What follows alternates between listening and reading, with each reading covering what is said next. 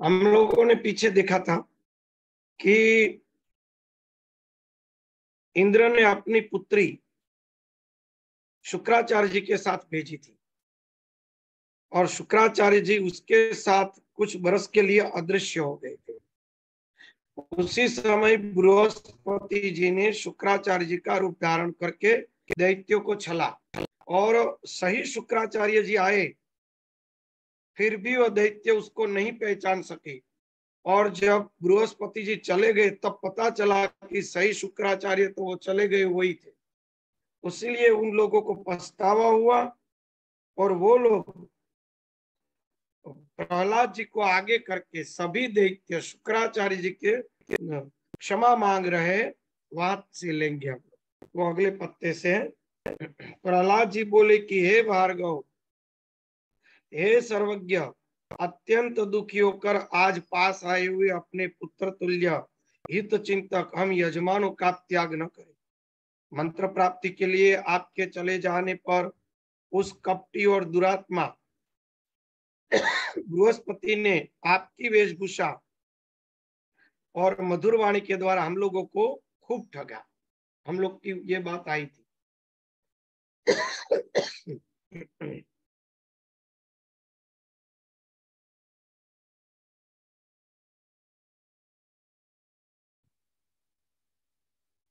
शांति संपन्न व्यक्ति किसी द्वारा अनजाने में किए गए अपराध से कुपित नहीं होते। आप तो सर्वज्ञ है, अतः आप ही जानते हैं कि हम लोगों का चित्त सदा आप में ही अनुरक्त रहता है। अतः हे महामते, अपने तपोबल से हम लोगों का भाव जानकर क्रोध का त्याग कीजिए, क्योंकि सभी मुनिगण कहा करते हैं कि साधु पुरुष का क्रोध क्षण भर के लिए होता है। जल स्वभाव से शीतल होता है, किंतु अग्नि धूप के संपर्क से गर्म होता है। वही जल आग तथा धूप का संयोग दूर होने पर पुनः शीतलता प्राप्त कर लेता है। क्रोध चांडाल स्वरूप है। हे बुद्धिमान, आप लोगों को इसका पूर्ण रूप से त्याग कर देना चाहिए। अतः हे सूरत, क्रोध छोड़कर आप हम पर प्रसन्न हो जाइए। हे महाभाग, यदि आप क्रोध का त्याग नहीं करेंगे बल्कि अत्यंत दुखित हम लोगों का ही त्याग कर देंगे, तो आपसे परित्याग होकर हम सब रसातल में चले जाएंगे। व्यास जी ने कहा कि प्रहलाद जी का यह वचन सुनकर शुक्राचार्य जी ज्ञान दृष्टि से सब कुछ देख करके प्रसन्न चित्त होकर हंसने लगे। हे दानवो, तुम लोगों को अब न तो डरना है न रसातल में जाना है। मैं अपने अचूक मंत्र से तुम सब यजमानों का निश्चित रक्षा करूंगा। पूर्व काल में मैंने ब्रह्मा जी से जो सुना वह हितकर सत्य और अटल बात मैं तुम लोगों को कह रहा हूं। निश्चित रूप से होने वाली शुभ या अशुभ घटनाएं होकर ही रहती है। धरातल पर कोई भी प्रारब्ध को टाल पाने में समर्थ नहीं है। इसमें संदेह नहीं कि तुम लोग आज समय के फेर से क्षीण बल वाले हो गए हो। अतः एक बार देवताओं से पराजित होकर तुम लोगों को पाताल में जाना ही पड़ेगा। अब तुम लोगों का समय परिवर्तन उपस्थित हुआ है। ब्रह्मा जी ने कहा था, कुछ दिनों पूर्व तुम लोगों ने सब प्रकार से समृद्ध राज्य का भोग किया। उस समय देवताओं पर आक्रमण करके उनके मस्तक पर चरण रखकर तुम लोगों ने देव योग से पूरे 10 युगों तक दिव्य त्रिलोक पर शासन किया। सावणिक मनवंतर में तुम्हारे वह राज्य पुनः प्राप्त होगा। तुम्हारा पौत्र बलि तीनों लोकों में विजय होकर राज्य को पुनः प्राप्त करेगा। देखा, देवी योग से जो होने वाला वो तो होता ही है। कभी देवताओं का राज्य, कभी असुरों का राज्य। असुरों को कहा कि आप लोगों ने 3 युग तक 10 युग तक राज किया तीनों लोक पर, अब आप लोगों को रसातल में जाना पड़ेगा। बाद में सावणिक मनवंतर आएगा तब आप लोगों का राज्य होगा।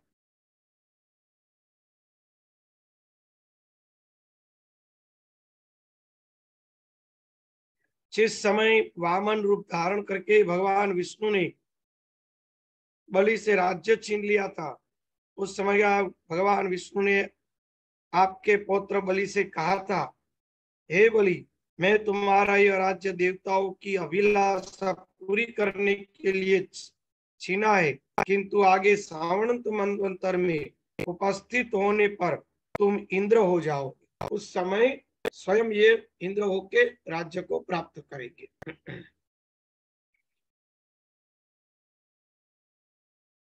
शुक्राचार्य जी ने कहा कि हे प्रहलाद, भगवान विष्णु के द्वारा ऐसा कहा गया, तुम्हारा पुत्र बलि इस समय सभी प्राणियों से अदृश्य होकर डरे हुए गुप्त रूप से विचरण कर रहा है। एक समय की बात है, इंद्र से भयभीत बलि गर्दभ धारण करके पूरे एक सूने घर में स्थित थे। तभी इंद्र उन बलि से बार बार पूछने लगा कि हे दैत्यश्रेष्ठ, आपने गर्दभ का रूप क्यों धारण किया? एक गधा बन के वह भाग गए अपने आप को छुपाने के लिए। देखो, समय आने पर राजा बलि को भी गधा बनना पड़ता है। समय क्या नहीं करवाता। एक बार उसी तरह इंद्र का हुआ था। इंद्र सुअर का रूप धारण करके भाग रहे थे और उसके पीछे बलि राजा शिकार करने के लिए जा रहे थे। भागने का कोई जगह नहीं मिला और सुअर के सामने तीर ताका, तुरंत ही सुअर की वाचा हुई। उन्होंने कहा, तू मुझे मत मार। उनका क्यों? तो मैं गत जन्म का इंद्र हूं। तो उन्होंने कहा, इंद्र होकर ये सुअर होके तू क्यों घूम रहा है? तो उन्होंने कहा, मैंने जो यज्ञ किए थे उसमें अनेक प्रकार के पशुओं की बलि दी थी, तो जो पशुओं की बलि दी थी उन योनियों में तो मुझे जाना ही पड़ेगा। देवलोक का सुख भोग लिया, अब उन योनियों को भी मैं नरक भोग रहा हूं। तब भगवान प्रकट हुए। भगवान ने कहा कि सुअर को मत मार, मैंने इसीलिए तुम्हें इंद्र पद से च्युत किया था कि तू वहां से ये यज्ञ रोक ले, पाप मत कर। समय आने पर मेरे आशीर्वाद से तू इंद्र हो जाएगा। एक ऐसी भी शास्त्रों की कथा है। तो समय आने पर बड़े बड़े महाविभूतियों को भी क्या क्या नहीं करना पड़ता।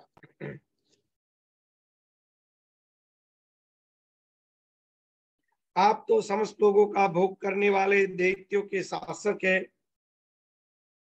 क्या गर्दभ का रूप धारण करके आपको लज्जा नहीं आती? तब इंद्र की यह बात सुनकर बलि इंद्र से कहने लगे, हे सत्कृतो, इसमें शोक कैसा? जैसे महान तपस्वी भगवान विष्णु ने मत्स्य रूप धारण किया, कच्छप का रूप धारण किया, उसी प्रकार मैं भी समय के फेर से गर्दभ का रूप धारण। भगवान खुद भी मछली और कछुआ बने, तो समय फेर से मैं गधा बन गया तो क्या फर्क हुआ? जिस प्रकार तुम ब्रह्म हत्या से दुखित होकर कमल में छिपे रहे थे, उसी प्रकार मैं भी गर्दभ का रूप धारण करके यहाँ स्थित रहा हूं। हे पाक शासन, देव के अधीन रहने वाले को क्या दुख और क्या सुख? देव जिस रूप में जो चाहता है वैसा निश्चित रूप से करता है। जो भाग्य में होने वाला है वो तो होने ही वाला है। इसीलिए जो सामने घटना आए उसमें प्रसन्न चित्त से रही।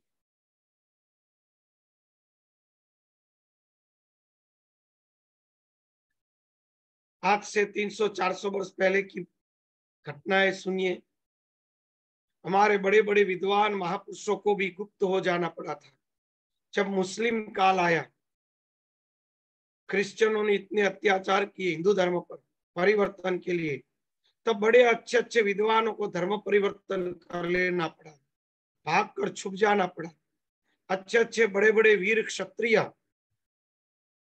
वो आज नर्मदा किनारे के बहुत से ये वनवासी लोग हैं। वनवासी लोगों के पुराने इतिहास निकालने पर पता चला कि वो तो असल में राजस्थान के बड़े बड़े क्षत्रिय थे। भागकर यहाँ छुपना पड़ा, क्या करेंगे? अभी मुझे कल बात हुई थी, वेरावल सोमनाथ, सौराष्ट्र में।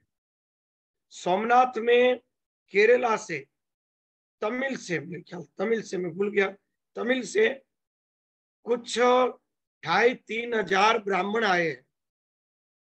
वहां बहुत बड़ा एक मेला हुआ है। वो ब्राह्मण सबके सब वेरावल सोमनाथ के एक समय के पुजारी थे, पर मुस्लिमों के अटैक से मोहम्मद गजनी ने जब उसको लूटा, तो वहां से वो ब्राह्मण भाग गए, दक्षिण में गए, और वहां पे दक्षिण में वो सब स्थिर हो गए। तो वो लोग पुरानी हमारी सौराष्ट्र भाषा जानते हैं, जो अभी भाषा मिक्स हो गई है। उन लोगों के पास पुरानी सौराष्ट्र भाषा है। अभी उन लोगों ने उस सौराष्ट्र भाषा को और उन पुराने रीति रिवाजों, अभी तक वो तमिल में रहने के बावजूद भी उन्होंने संजो के रखा है अपने जीवन में।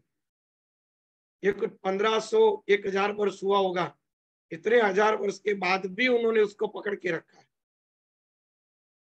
तो उन्होंने, नरेंद्र मोदी ने सबको बुलाया और वहां पे बड़ा एक मेला बनाया है अभी उन लोगों को सोमनाथ वापस लाने के लिए। तो एक इस प्रकार की अभी एक हुई बात। तो देखो, ऐसे ब्राह्मण विभूतियों को भी भागना पड़ा।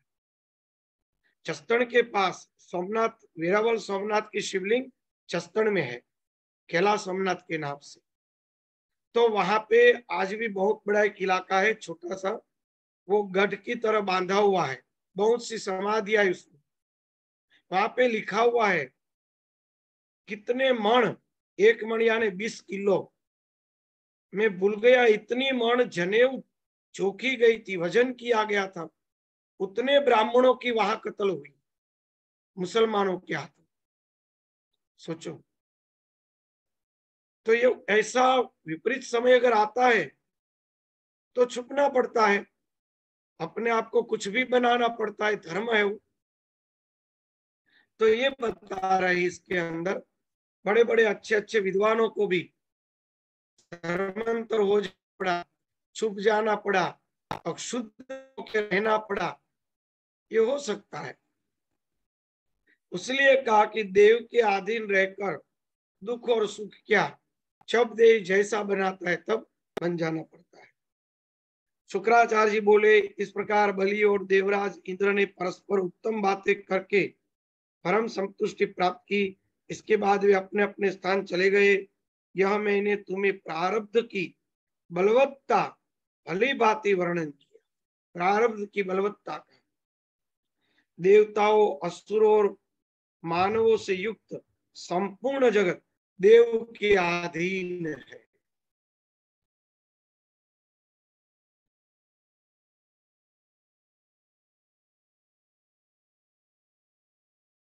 पांचवा अध्याय, चौथा स्कंद।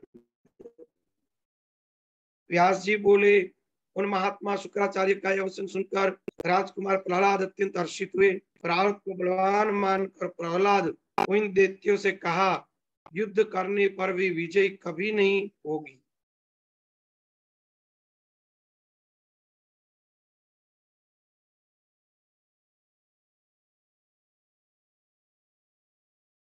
तदंतर विजय की अभिलाषा रखने वाले उन दानवों ने अभिमान से चूर होकर कहा, हमें तो निश्चित रूप से संग्राम करना चाहिए।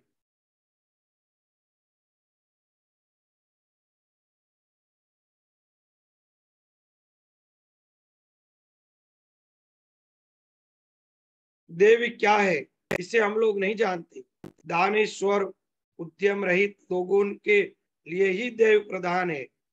देव को किसने देखा है, कहाँ देखा है, देव कैसा है और उसे किसने बनाया। अतः हम लोग बल का आश्रय लेकर युद्ध करें। हे दैत्य श्रेष्ठ, हे महामते, आप सर्वज्ञ है, आप केवल हमारे आगे चलिए।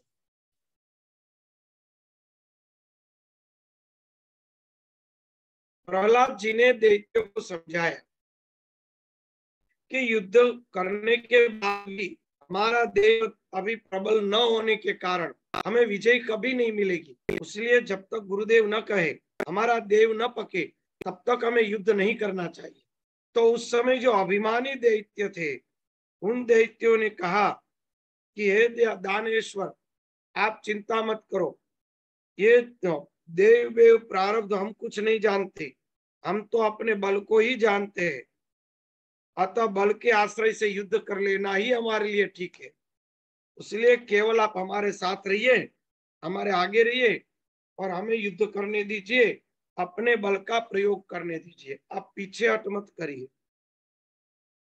हे राजन, तब उन दैत्यों के ऐसा कहने पर महाबली शत्रुओं को भी मार डालने वाले प्रहलाद थे उनका सेना अध्यक्ष बनकर देवताओं को युद्ध के लिए ललकारा। दैत्यों को सम्रागण में कटे हुए देखकर उन सभी देवताओं ने भी अपनी पूरी तैयारी कर ली। दैत्यों को संग्राम ने डटे हुए यानी संग्राम ने खड़े हुए देखा, उन लोगों ने, देवताओं ने भी पूरी तैयारी कर ली और वे उनके साथ युद्ध करने लगे। तदंतर इंद्र और प्रहलाद का भीषण संग्राम पूरे 100 वर्ष तक चला। वह युद्ध मुनियों का विस्मित कर देने वाला था। शुक्राचार्य के द्वारा संरक्षित प्रहलाद आदि प्रधान दैत्य उस हो रहे महायुद्ध में विजय प्राप्त की। तब इंद्र ने गुरु बृहस्पति के वचन अनुसार संपूर्ण दुख को दूर करने वाली, मुक्ति देने वाली परम कल्याण रूपी भगवती का मनी मन स्मरण किया। इंद्र बोले, हे महामाये, हे सुरधारिणी, हे अंबिके, शंख चक्र गदा पद्म और खड़ग से सुशोभित हाथों वाली, अभय प्रदान करने वाली, आपका जय हो। हे भुवनेश्वरी शक्ति, हे शक्ति आदि 6 पदार्थों की नायिका स्वरूपिणी, हे 10 तत्वों की अधिष्ठाकृत देवी, हे महाबिंदु स्वरूपिणी, हे माता, आपको नमस्कार है। हे महाकुंडलिनी स्वरूपी, हे सच्चिदानंद रूपिणी, हे प्राणाग्नित्र विद्ये, हे दीप शिखात्मिके,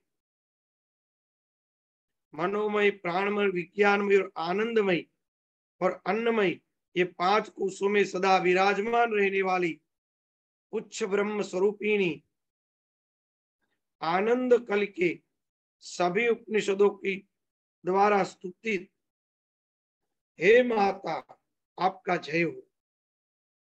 हे माता, आप हम पर प्रसन्न होने की कृपा करें, प्रफुल्लित मुखमंडल वाली हो जाए। हे जननी, दैत्यों से पराजित हम निर्बलों की रक्षा कीजिए। हे देवी, एकमात्र आप ही हमें शरण प्रदान करने वाली, आप संसार में प्रमाण स्वरूप है। हे समस्त पराक्रमों से युक्त भगवती, हम लोगों का दुख दूर करने में आप समर्थ है। जो भी ध्यान करते वे परम सुखी हो जाते, और आपकी उपासना न करने वाले दूसरे लोग दुखी, शोक और भय से युक्त रहते हैं। मोक्ष की अभिलाषा रखने वाले अहंकार शून्य, आसक्ति रहित संत लोग संसार सागर में असीम जल को प्राप्त कर लेते हैं। हे देवी विश्वजननी, आप विस्तृत प्रभावशाली भक्तों की रक्षा के लिए आप प्रकट होती है। आप भक्तजनों का दुख दूर करने में समर्थ, प्रताप वाली, संपूर्ण जगत का संहार करने के लिए आप काल रूपिणी। हे अम्बा, कौन मंद बुद्धि प्राणी आपका चरित्र जान सकता है। ब्रह्मा विष्णु महेश, सूर्य इंद्र यम वरुण, अग्नि वायु निगम अगम, महातपस्वी मुनिगण आपकी अनुपम महिमा को जानने में समर्थ नहीं है। जो आपकी भक्ति में तत्पर है वही परम धन्य है। आप सांसारिक दुखों से मुक्त होकर सुखों के समुद्र में डूबे रहते हैं, किंतु जो लोग आपकी भक्ति भाव से वंचित है वे जन्म मरण रूपी तरंगों के दुखमय भवसागर को कभी भी पार नहीं कर सकते। जिन भाग्यशाली लोगों के ऊपर स्वच्छ चवर डुलाए जाते हैं, जो हास विलास का सुख भोग कर रहे, जो सुंदर यानों पर सवारी कर रहे उनके विषय में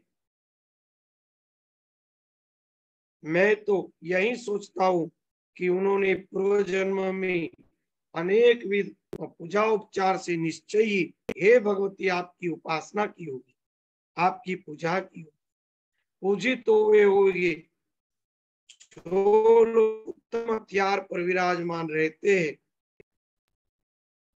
पूजित तो होते हुए जो लोग उत्तम हाथों पर विराजमान थे, जो रमणियों के साथ आनोद प्रमोद संलग्न और जो विनम्र सम्मतों के साथ चलते हैं, मैं मानता हूँ कि उन्होंने अवश्य आपकी पूजा की होगी। व्यास जी ने कहा, तब इंद्र के द्वारा स्तुति करने पर भगवती विश्वेश्वरी तुरंत प्रकट हो गई।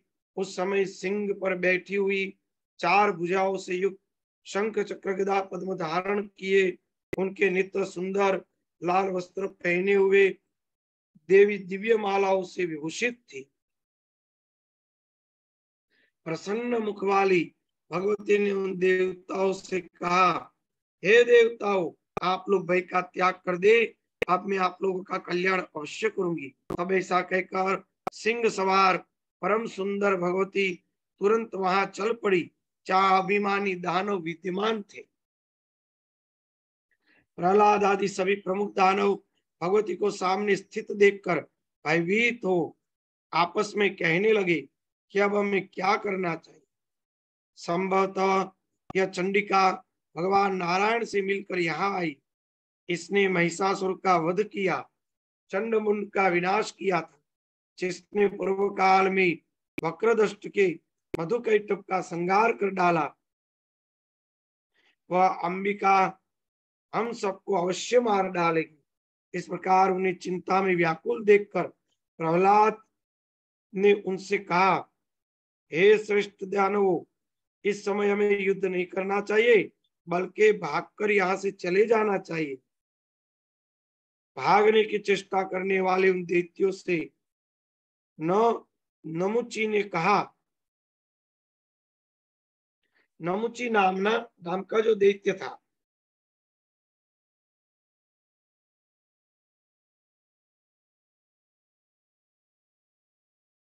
हे जगन माता भगवती, कुपित होकर शस्त्रों से हम लोगों का संहार अवश्य कर देगी।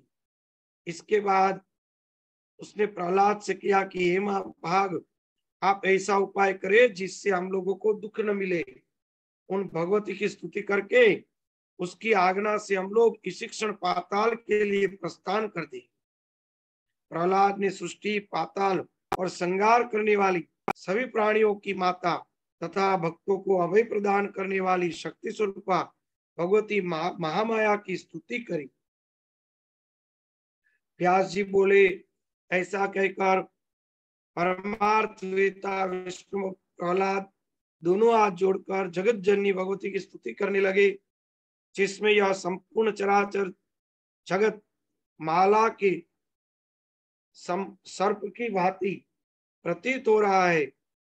सबकी अधिष्ठात्री स्वरूपा उन रीम मूर्ति धारणी भगवती को नमस्कार है। माला सर्पवदा भाति यस्याम सर्वचराचरम सर्वाधिष्ठान रूपाये तस्मै ह्रीं मूर्तये नमः। यह स्थावर जंगम संपूर्ण विश्व आपसे उत्पन्न हुआ है। जो दूसरे करता है वे तो निमित्त मात्र है, क्योंकि वे भी आपके बनाए हुए ही है। सुंदर स्तुति है।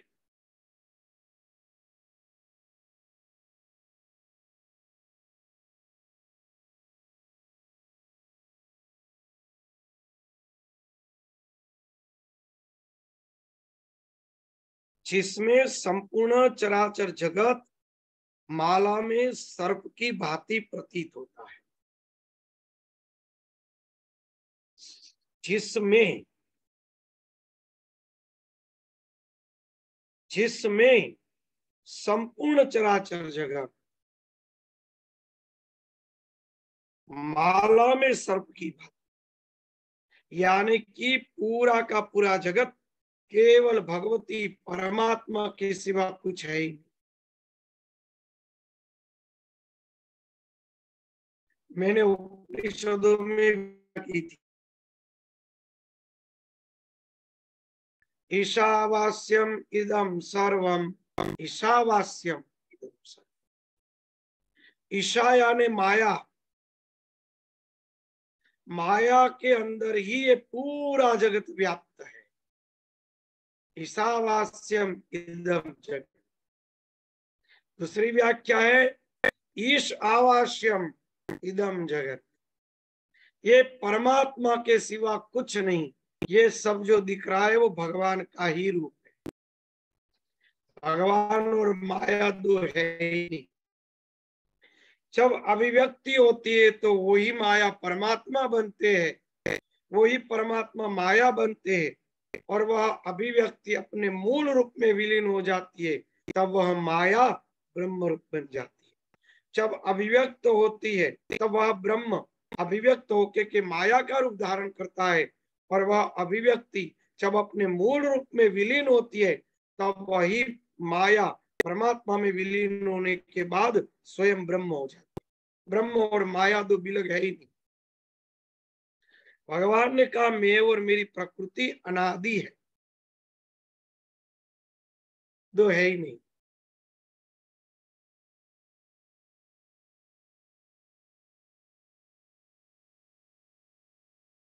इसीलिए यहाँ पर कहा जिसमें यह संपूर्ण जगत चराचर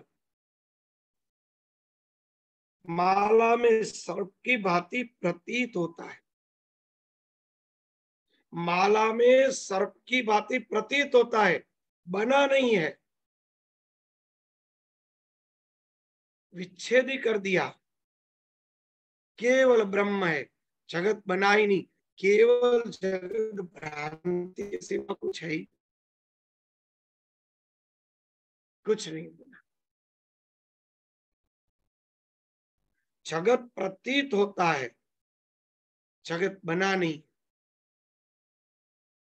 रज्जु में सर्प दिखता है, सर्प रज्जु में प्रकट नहीं होता है, केवल सर्प की भ्रांति प्रकट होती है और भय उत्पन्न होता है। उसी तरह हमारे अंतःकरण में जगत की भ्रांति उत्पन्न होती है और जगत के अनेक भाव हमारे अंदर प्रकट होते हैं। असल में कुछ बना ही नहीं। योग वशिष्ठ में भगवान राम ने कहा कि भगवान वशिष्ठ जी ने राम को कहा कि हे राम, तीनों काल में जगत बना ही नहीं, ये तो सस्य के सिंह और वंध्या पुत्र जैसा है, तुम उस जगत से भयभीत क्यों हो रहे हो। बड़ी सुंदर चर्चा है। वशिष्ठ जी महाराज ने राम को बड़ी सुंदरता से समझाया। यही सिद्धांत यहाँ रखा है। असल में जगत बना ही नहीं है।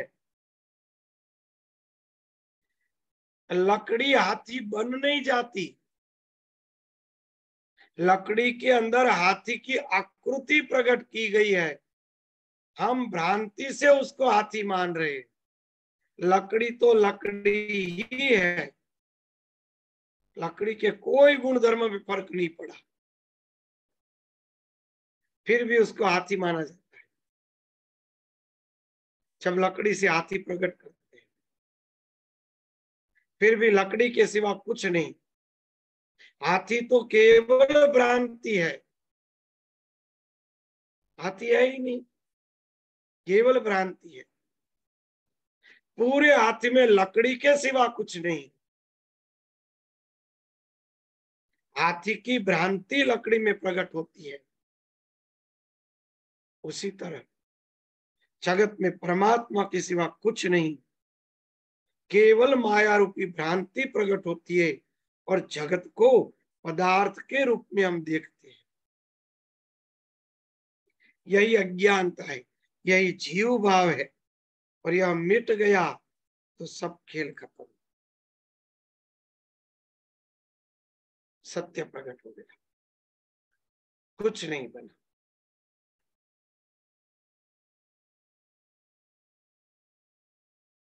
केवल भ्रांति।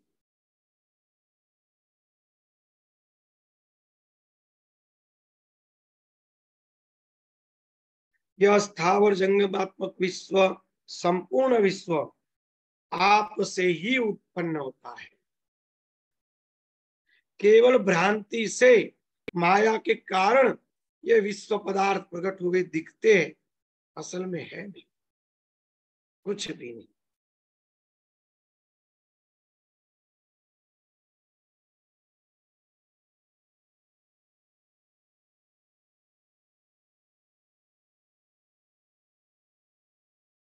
और जो दूसरे करता है वे तो निमित्त मात्र है, क्योंकि वे भी आपके ही बनाए हुए। ये करता कौन है? जीव है। जीव अपने आप को करता मानता है। जीव भाव भी केवल भ्रांति है, दूसरा कुछ नहीं।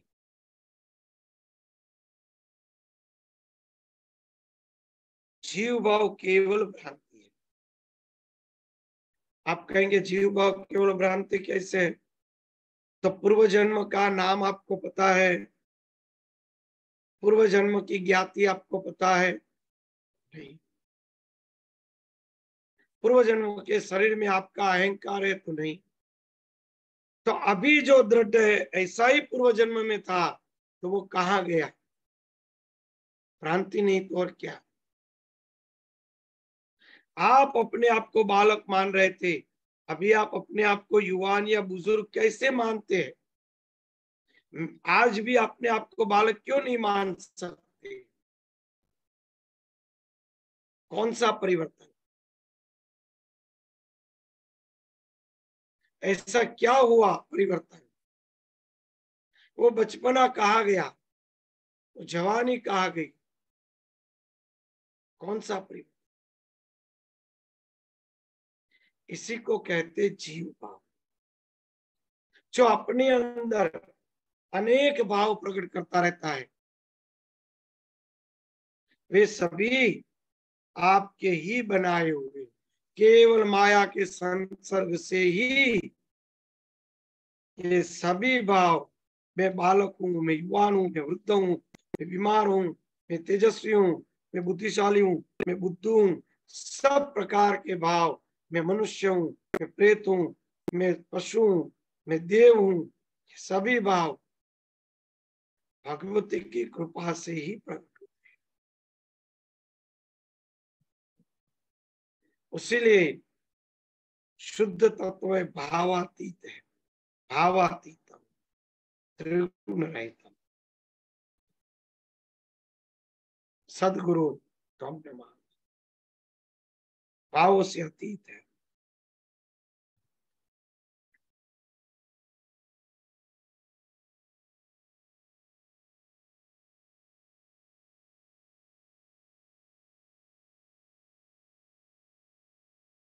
हे देवी, नमस्कार है। आप सभी प्राणियों की जननी कही गई। आपके द्वारा बनाए गए देवताओं दैत्यों में आपका यह कैसा भेद?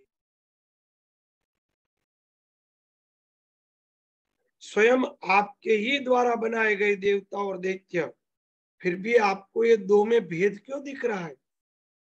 आप देवताओं की रक्षा करने के लिए अपने पुत्र रूप दैत्य को मारने आई हो?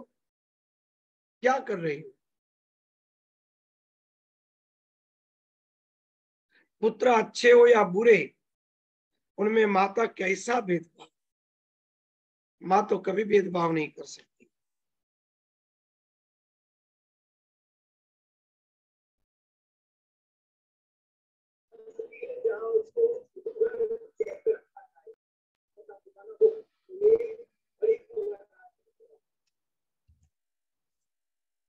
विमला जी, आपका वॉल्यूम बंद रखिए। मातु पुत्रेषु को वेदो अप्यशुभेषु शुभेषु च तथैव देव समासून न कर्म व्यस्त्व आयुध यादुनाम, पुत्र अच्छे हो या बुरे, उसमें माता का कैसा भेद। उसी प्रकार देवता और हम दैत्यों में आपको इस समय भेद नहीं करना चाहिए।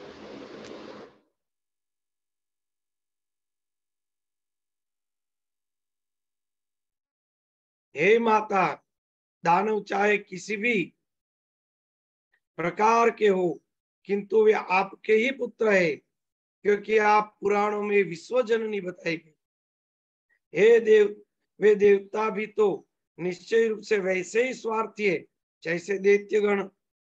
देवताओं और दैत्यों में अंतर नहीं है, यह भेद केवल मोह जनित है। जैसे हम लोग धन, स्त्री आदि के भोगों में दिन रात आसक्त रहते, वैसे देवता भी तो रहते हैं। अतः हे देवेश्वरी, असुर और देवताओं में भेद कैसा? वे भी कश्यप की संतान, हम भी उन्हीं कश्यप की संतान है। ऐसी स्थिति में हमारे प्रति आपके मन में विरोध कैसे उत्पन्न हो गया? हे माता, जब आपकी उत्पत्ति में आप ही मूल कारण है, तो इस प्रकार भेद करना आपके लिए उचित नहीं। सबकी उत्पत्ति में आपकी अगर मूल कारण है, तब भेद क्यों कर रही हो? असुर भी हम आपके उत्पन्न हुए और देवता ही सब भी आपसे ही उत्पन्न हुए, तब भेद क्यों कर रही हो?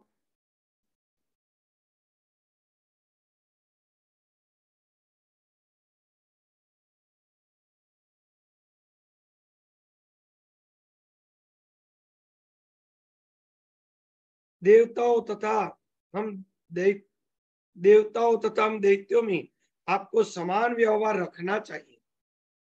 गुणों से संबंध होने वाले कारण संपूर्ण देवता और दैत्य प्रसन्न हुए, तब गुणों से युक्त केवल वे देहधारी देवता ही आपके प्रिय क्यों है?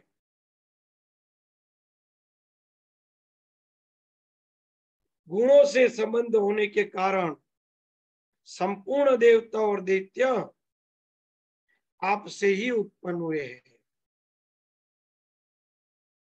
तब गुणों से युक्त केवल वे देहधारी देवता ही आपको क्यों प्रिय है?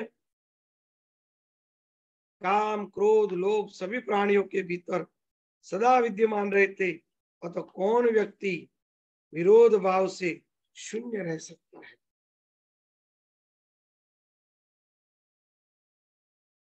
मैं तो समझता हूं कि आपने विनोद के लिए अपने ही युद्ध करने की इच्छा से निश्चित ही हम दैत्यों और देवताओं के बीच भेद उत्पन्न करके परस्पर विरोधाभाव पैदा कर दिया। अन्यथा हे अनघे, भाइयों में परस्पर विरोध कैसा? हे चंडिके, यदि आप दैत्यों तथा दानवों में कलह देखना न चाहती हो, तो यह विरोधाभास नहीं होता।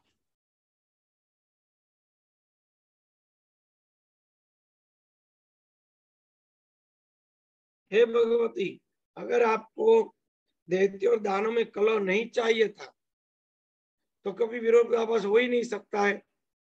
ये तो आपकी ही लीला है कि दैत्य और दानव एक दूसरे में कलह करते रहते हैं। इसीलिए आपको हमारा विरोध करना उचित नहीं है। जिस प्रकार से दैत्य भी आपके पुत्र है, उसी प्रकार से हम भी आप देव भी आपके पुत्र है, उसी प्रकार हम भी आपके पुत्र है। तो आप ये जननी भेद क्यों रख रही हो? इस प्रकार से स्तुति कर रहे प्रहलाद जी महाराज। कल आगे उसका विस्तार करेंगे। हरिओम। हम लोग आए हैं चतुर्स्कंद 45वां श्लोक 45।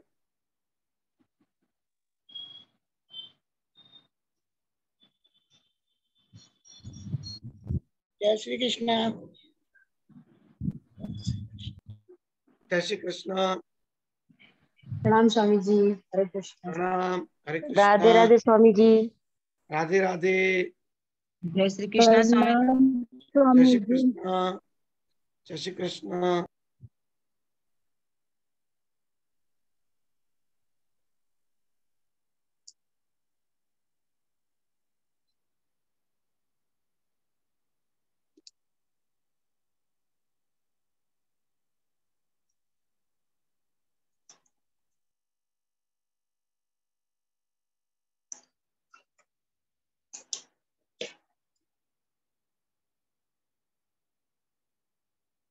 अच्छे मिनट बाकी है।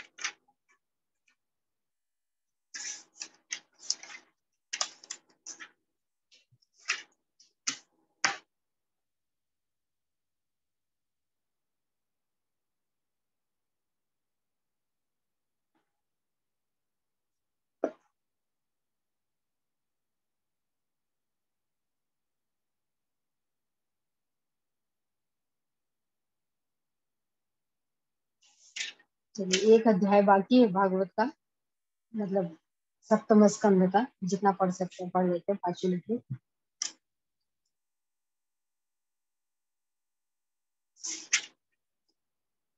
बड़ा है, आज पूरा तो नहीं हो पाएगा। गृहस्थों के लिए मोक्ष धर्म का वर्णन। नारद उवाच कर्मनिष्ठा द्विजाके चित् तपोनिष्ठा नृपापये स्वाध्याये प्रवचने ये किच्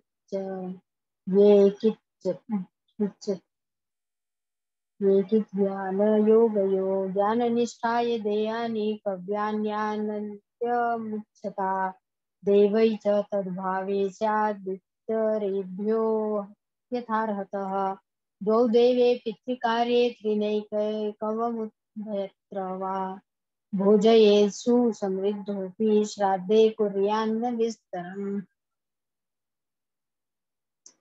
देशकालोचित श्रद्धा पात्रार्हणा सम्यक् भवन्ति नैतानि जनाः देशे काले च संयन्नं हरिदैवतं श्रद्धया विधिवत् पात्रे न्यस्तं कामदुगक्षयम् देवर्षि पितृभूतेभ्य आत्मने स्वजनाय च अन्नं संभोजन् पश्येत् सर्वं तत्पुरुषात्मकं न दद्यादामिषं श्राद्धे न चाद्या धर्मतत्त्वविद्यन्यै स्यात् परा प्रीतिर्यथा न पशुहिंसया नेत्रादिश परो धर्मो नृणां सद्धर्ममिच्छताम्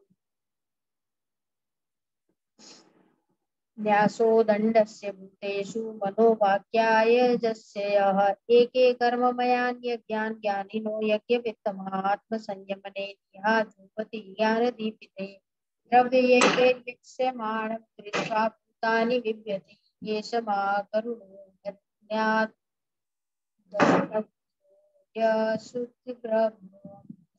तस्मादेवोपपन्नेन पुण्यन्नेनापि धर्मवित् संतुष्टो हरः कुर्यान् नित्यनैमित्तिकी क्रियाः। नारद जी कहते हैं, युधिष्ठिर, कुछ ब्राह्मणों की निष्ठा कर्म में, कुछ की तपस्या में, कुछ की वेदों के स्वाध्याय में और प्रवचन में, कुछ की आत्मज्ञान के संपादन में तथा कुछ की योग में होती है। गृहस्थ पुरुष को चाहिए कि श्राद्ध अथवा देव पूजा के अवसर पर अपने कर्म का अक्षय फल प्राप्त करने के लिए ज्ञाननिष्ठ पुरुष को ही हव्य कव्य का दान करे। यदि वह न मिले तो योगी, प्रवचनकार आदि को यथा योग्य और यथाक्रम देना चाहिए। देव कार्य में 2 और पितृ कार्य में 3 अथवा दोनों में एक एक ब्राह्मण को पूजन कराना चाहिए। अत्यंत धनी होने पर भी श्राद्ध करने अधिक विस्तार नहीं करना चाहिए, क्योंकि सगे संबंधी आदि स्वजनों को देने से और विस्तार करने से देश कालोचित श्रद्धा, पदार्थ, पात्र और पूजन ठीक ठीक नहीं हो पाते। देश और काल के प्राप्त होने पर ऋषि मुनियों के भोजन करने योग्य शुद्ध हविष्यान्न भगवान को भोग लगाकर श्रद्धा से विधि पूर्वक योग्य पात्र को देना चाहिए। वह समस्त कामनाओं को पूर्ण करने वाला और अक्षय होता है। देवता, ऋषि, पितर, अन्य प्राणी, स्वजन और अपने आप को भी अन्न का विभाजन करने के समय परमात्मा स्वरूप ही देखे। धर्म का मर्म जानने वाला पुरुष श्राद्ध में मांस का अर्पण न करे और न स्वयं भी उसे खाए, क्योंकि पितरों को ऋषि मुनियों के योग्य हविष्यान्न से जैसी प्रसन्नता होती है वैसी पशु हिंसा से नहीं होती।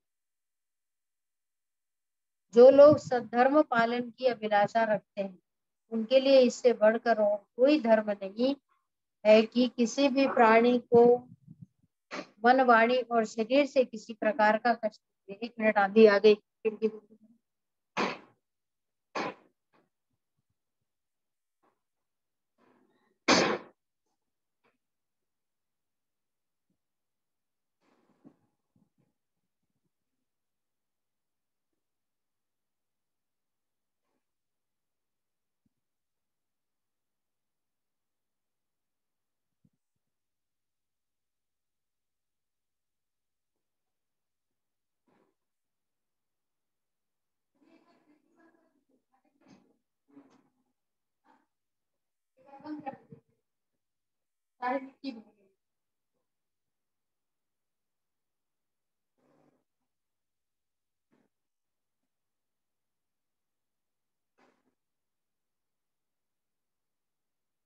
जो लोग सद्धर्म पालन की अभिलाषा रखते हैं उनके लिए इससे बढ़कर और कोई धर्म नहीं है कि किसी भी प्राणी को मन, वाणी और शरीर से किसी प्रकार का कष्ट न दिया जाए।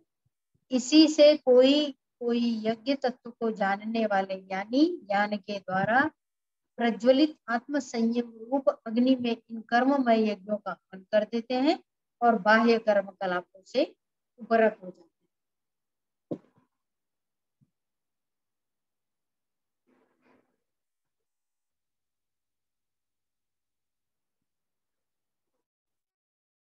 जब कोई इन द्रव्यमय यज्ञों से यजन करना चाहते हैं तब सभी प्राणी डर जाते हैं। वे सोचने लगते हैं कि यह अपने प्राणों का पोषण करने वाला निर्दयी मूर्ख मुझे अवश्य मार डाले, मतलब अपने सुख के लिए दूसरे को दुख दे दे। इसलिए धर्मज्ञ मनुष्य को यही उचित है कि प्रतिदिन प्रारब्ध के द्वारा प्राप्त मुनि जनोचित भविष्यान्न से ही अपने नित्य और नैमित्तिक कर्म करे तथा उसी से सर्वदा संतुष्ट रहे।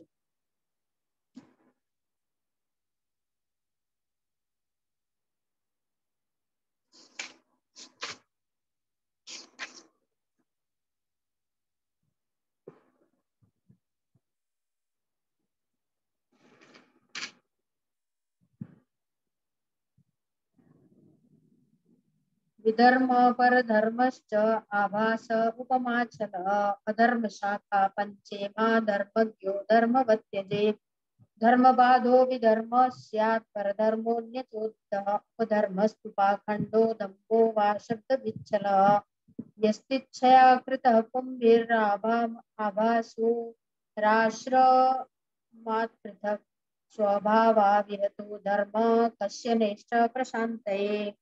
अधर्म की 5 शाखाएं हैं: विधर्म, परधर्म, आभास, उपमा और छल।